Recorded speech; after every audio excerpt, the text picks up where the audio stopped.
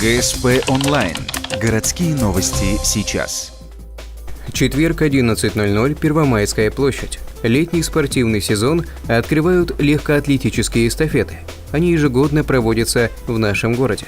Собираются все школы, учебные и высшие учебные заведения, а также предприятия города. В этом году более 200 человек. Что включает в себя эстафета? Популяризация именно легкой атлетики, объединение, сплачивание всех, кто хочет заниматься здоровым образом жизни. Первыми на старт выходят ученики 6 и 7 классов.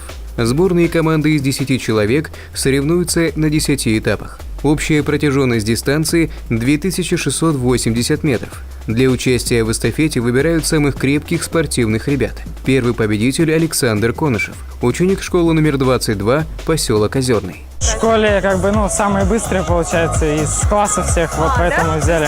Очень рады, что победили, первое место заняли. Остальные команды соревнуются на 13 этапах и пробегают 3840 метров.